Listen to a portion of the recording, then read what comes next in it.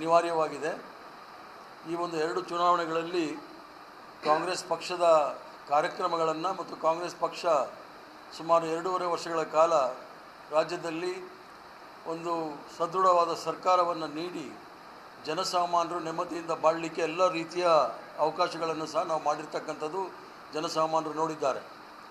ಕರ್ನಾಟಕ ರಾಜ್ಯದ 2023ನೇ ಇಸ್ವಿನಲ್ಲಿ ನಡೆದಂಥ ಚುನಾವಣೆಯಲ್ಲಿ ನಮ್ಮ ಪ್ರಣಾಳಿಕೆಯಲ್ಲಿ ಭಾಳ ಸ್ಪಷ್ಟವಾಗಿ ಹೇಳಿದ್ದೀವಿ, ಕರ್ನಾಟಕ ರಾಜ್ಯ ಒಂದು ಶಾಂತಿಯ ಸರ್ವ ಜನಾಂಗದ ಶಾಂತಿಯ ತೋಟ ಅಂಥೇಳಿ.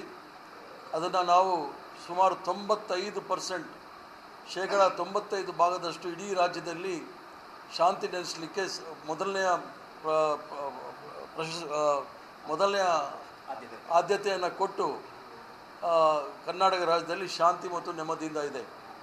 ಅದಲ್ಲದೆ ಹೊರದೇಶದಿಂದ ಅಂದರೆ ಫಾರಿನ್ ಡೈರೆಕ್ಟ್ ಇನ್ವೆಸ್ಟ್ಮೆಂಟ್ ಅಂತ ಏನು ಹೇಳ್ತೀವಿ, ಅದು ಕರ್ನಾಟಕ ರಾಜ್ಯದಲ್ಲಿ ಬರ್ತಾ ಇರೋದು ನೋಡಿದಾಗ ಇಡೀ ಭಾರತ ದೇಶದಲ್ಲಿ ಮೊಟ್ಟ ಮೊದಲನೇ ಸ್ಥಾನದಲ್ಲಿದೆ. ಆದರೂ ಸಹ ಭಾರತೀಯ ಜನತಾ ಪಾರ್ಟಿಯವರು ಹಲವಾರು ಆಪಾದನೆಗಳನ್ನು ಮಾಡಿಕೊಂಡು ಕಾಂಗ್ರೆಸ್ ಪಕ್ಷದ ವಿರುದ್ಧ ಆಪಾದನೆಗಳು ಮಾಡ್ತಕ್ಕಂಥದ್ದು ನೋಡಿದಾಗ ಹಾಸ್ಯಾಸ್ಪದ ಅನಿಸುತ್ತೆ. ತಾವೆಲ್ಲರೂ ಸಹ ನೋಡಿರ್ಬೋದು, ರಾಷ್ಟ್ರದ ಪ್ರಧಾನಮಂತ್ರಿಗಳಾಗಿರ್ತಕ್ಕಂಥ ನರೇಂದ್ರ ಮೋದಿಯವರು ಅವರನ್ನು ಒಂದು ಚಿತ್ರದಲ್ಲಿ ಅವ್ರನ್ನ ಪ್ರಮೋಟ್ ಮಾಡಿದ್ರು, ದುರಂಧರರು. ಆ ದುರಂಧರಲ್ಲಿ ಸಂಪೂರ್ಣವಾಗಿ ನರೇಂದ್ರ ಮೋದಿಯವರ ವ್ಯಕ್ತಿ ಚಿತ್ರವನ್ನು ಅವರು ಪ್ರದರ್ಶನ ಮಾಡಿದ್ರು. ಆದರೆ ಚುನಾವಣೆ ಸಂದರ್ಭದಲ್ಲಿ ನರೇಂದ್ರ ಮೋದಿಯವರು ಆ ದುರಂಧರನ್ನು ಚಿತ್ರವನ್ನು ಅವ್ರು ಪ್ರಮೋಟ್ ಮಾಡ್ತಾ ಇದ್ದಾರೆ. ಕಾಂಗ್ರೆಸ್ ಪಕ್ಷದವರು ಕಾಶ್ಮೀರ್ ಫೈಲ್ನ ಚಿತ್ರವನ್ನು ಸುಳ್ಳು ಅಂತ ಇದ್ದಾರೆ, ದುರಂಧರನ ಸುಳ್ಳು ಅಂತ ಇದ್ದಾರೆ ಅಂಥೇಳಿ ಹಲವಾರು ಕೇರಳ ಫೈಲ್ ಅಂತೇಳಿ ಹೊಸತಂದು ಇವೆಲ್ಲವನ್ನೂ ಸಹ ಸುಳ್ಳು ಅಂಥೇಳಿ ಪ್ರಧಾನಮಂತ್ರಿಗಳು, ರಾಷ್ಟ್ರದ ಪ್ರಧಾನಮಂತ್ರಿಗಳು ಯಾರಾದರೂ ಈ ಒಂದು ಕೀಳು ಮಟ್ಟಕ್ಕೆ ಒಂದು ಚಿತ್ರವನ್ನು ನೋಡಿ ಜನಗಳನ್ನು ಮೂರ್ಖರನ್ನಾಗಿ ಮಾಡಲಿಕ್ಕೆ ಮಾಡ್ತಕ್ಕಂಥ ಪ್ರಯತ್ನ ಯಾರಾದರೂ ಮಾಡಿದರೆ ಅದು ನರೇಂದ್ರ ಮೋದಿಯವರು ಅಂತ ಹೇಳಿದ್ರೆ ತಪ್ಪಾಗಲಾರ್ದು. ಏನಾದರೂ ನರೇಂದ್ರ ಮೋದಿಯವ್ರಿಗೆ ಅವ್ರು ಭಾಳ ಹೇಳ್ತಾ ಇರ್ತಾರೆ, ಅಚ್ಚೇ ದಿನ್ ಅಂತ ಹೇಳ್ತಾ ಇರ್ತಾರೆ, ಬಾಕಿ ಎಲ್ಲ ವಿಚಾರಗಳನ್ನು ರಾಷ್ಟ್ರ ಅಭಿವೃದ್ಧಿ ಆಗಿದೆ ಅಂತೆಲ್ಲ. ಯಾವುದಾದ್ರೂ ಒಳ್ಳೆ ಕೆಲಸ ಮಾಡಿದರೆ ನಾವು ಇಂಥ ಕೆಲಸ ಮಾಡಿದ್ದೀವಿ, ನಾವು ನಮ್ಗೆ ಓಟ್ ಕೊಡಿ ಅಂತ ಹೇಳ್ಬೋದಿತ್ತು. ಇದುವರೆಗೂ ಸಹ 5 ರಾಜ್ಯ ಪಂಚರಾಜ್ಯ ಚುನಾವಣೆಯಲ್ಲೂ ಸಹ ನಾವಿಂಥ ಒಳ್ಳೆ ಕೆಲಸ ಮಾಡಿದ್ವಿ ಅಂತ ಹೇಳಲಿಕ್ಕೆ ಆಗ್ತಾ ಇಲ್ಲ. ಅಂದರೆ ಇವರ ಪ್ರಕಾರ, ನರೇಂದ್ರ ಮೋದಿಯವರ ಪ್ರಕಾರ ಹೆಸರು ಬದಲಾವಣೆ ಮಾಡೋದು ಒಂದೇ ಅಭಿವೃದ್ಧಿ ಕಾರ್ಯಕ್ರಮ ಅಂತ ಹೇಳ್ಕೊಂಡಿದ್ದಾರೆ. 12 ವರ್ಷದಲ್ಲಿ ಕಾಂಗ್ರೆಸ್ ಪಕ್ಷ ಮಾಡಿದಂಥ ಎಲ್ಲ ಕಾರ್ಯಕ್ರಮಗಳ ಹೆಸರನ್ನು ಬದಲಾವಣೆ ಮಾಡಿ ಅವ್ರದ್ದೇ ಹೆಸರುಗಳನ್ನ ಇಟ್ಕೊಂಡಿರ್ತಕ್ಕಂಥದ್ದೇ ಅಭಿವೃದ್ಧಿ ಅಂತ ಹೇಳ್ತಾ ಇದ್ದಾರೆ. ಮತ್ತು ಇವ್ರಿಗೆ ಒಂದು ರೀತಿಯ ವಿಕೃತ ಮನೋಭಾವ ಅಂತ ಹೇಳಿದ್ರೆ ತಪ್ಪಾಗಲಾರ್ದು.